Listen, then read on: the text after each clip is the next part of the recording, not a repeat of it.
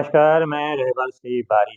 आज के इस बुलेटिन में बात होगी तीसरे चरण में हुए चुनाव को लेकर लगाए गए विभिन्न प्रकार के आरोपों की, कांग्रेस पार्टी के बड़े मास्टर मास्टर स्ट्रोक की। साथ ही साथ बात की जाएगी बसपा सुप्रीमो मायावती के द्वारा उठाए गए बड़े कदम की और अंत में बात होगी अरविंद केजरीवाल की जमानत की। शुरुआत करते हैं आज की सबसे बड़ी खबर से। एक दिन पहले यानी 7 मई को लगभग 92 लोकसभा सीटों के ऊपर चुनाव हुआ था, जो कि तीसरे चरण का चुनाव हुआ।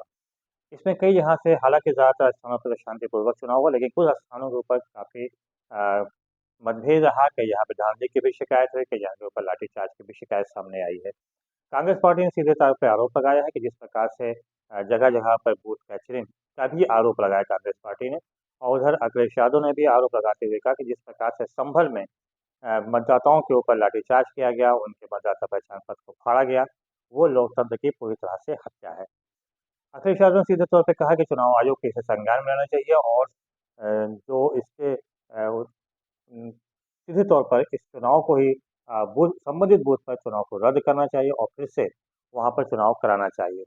और साथ ही साथ जो इसमें लिप्त था उसके खिलाफ कार्रवाई भी किया जाना चाहिए। हालांकि शिकायत चुनाव आयोग से जरूर हुई, लेकिन अभी तक चुनाव आयोग ने इसे लेकर किसी प्रकार का कोई ठोस कदम नहीं उठाया गया। इसी को लेकर कांग्रेस पार्टी के राष्ट्रीय अध्यक्ष मल्लिकार्जुन खड़गे ने चुनाव आयोग पर ही सीधा प्रहार करते हुए कहा कि चुनाव आचार संहिता का न सिर्फ उल्लंघन भारतीय जनता पार्टी के द्वारा किया जा रहा है, बल्कि चुनाव में धांधली की भी शिकायत उन्होंने किया। उन्होंने पूरे मामले की जांच कर और फिर से मतदान कराए जाने की मांग भी किया। अब देखना यह होगा कि चुनाव आयोग इस पूरे मामले को किस प्रकार से गंभीरता से लेता है और क्या संभल के जिस बूथ के ऊपर लाठीचार्ज किया गया और वहां पर मतदाता पहचान पत्र को फाड़ा गया और वोट डालने से रोका गया, क्या वहां पर फिर से मतदान होगा या फिर जो अभी तक होता चला है उसी प्रकार से आगे भी होगा। इस बीच कांग्रेस पार्टी हो या इंडिया गठबंधन के अन्य दलों ने चुनाव आयोग पर सीधा आरोप लगाया कि अब वो सीधे तौर पर भारतीय जनता पार्टी की मदद कर रहा है और किसी भी प्रकार की कोई कार्रवाई भारतीय जनता पार्टी के खिलाफ नहीं कर रहा है। तो अब देखना यह होगा कि क्या चुनाव आयोग अपने ऊपर लगने वाले इन आरोपों के लेकर कोई सफाई देता है या कोई ठोस कदम उठाता है। इस बीच कांग्रेस पार्टी ने भी एक मास्टर स्ट्रोक खेलने की तैयारी शुरू कर दिया है। जिस प्रकार से एक दिन पहले ही बात सामने निकल कर सामने आई थी कि प्रियंका गांधी को वाराणसी से लोकसभा सीट का प्रत्याशी बनाया जा सकता है, उसे लेकर तैयारियां भी शुरू कर दी गई हैं।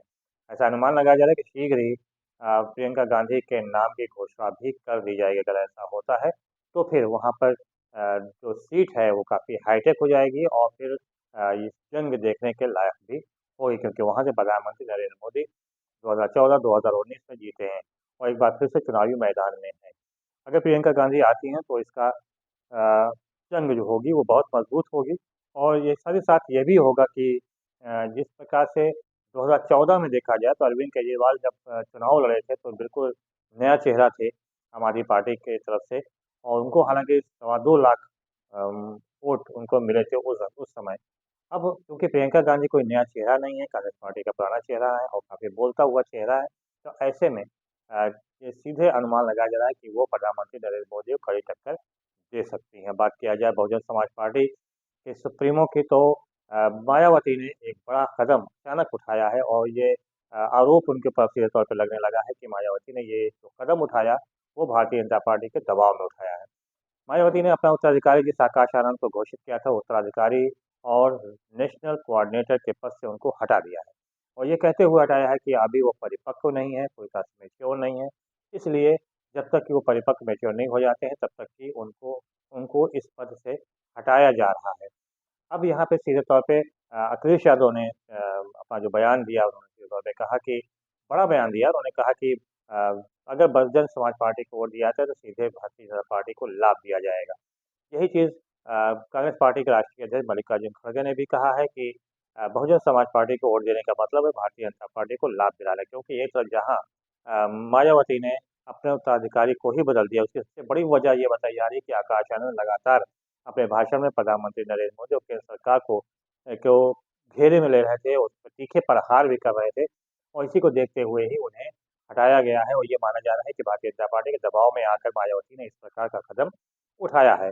अब देखना ये होगा और इसके साथ-साथ एक चीज़ और भी देखने को मिल रही है कि अमेठी हो या फिर जौनपुर हो, जैसे कई स्थानों से मायावती ने अपने प्रत्याशियों को भी एक-एक करके बदलना शुरू कर दिया क्योंकि ये सब प्रत्याशी मजबूत थे और इससे भारतीय जनता पार्टी को नुकसान भी हो रहा था। ऐसे में प्रत्याशी को हटाना शुरू कर दिया, बदलना शुरू कर दिया। ये भी आरोप लगने लगा है मायावती के ऊपर कि भारतीय जनता पार्टी के दबाव में आकर अपने प्रत्याशियों को बदल रहे हैं। बात किया जाए अरविंद केजरीवाल की ज़मानत की, तो जिस प्रकार से 1 दिन पहले यानी 7 मई को सुनवाई हुई थी और उसमें सुप्रीम कोर्ट ने के जो जज हैं, उन्होंने कहा कि अंतरिम ज़मानत दिया जा सकता है, मतलब संकेत दिया था।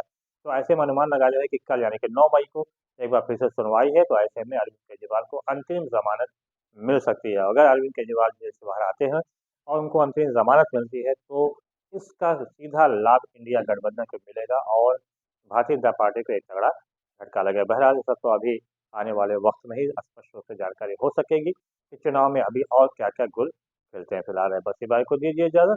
बहुत-बहुत धन्यवाद। जय हिंद, जय भारत। Yeah.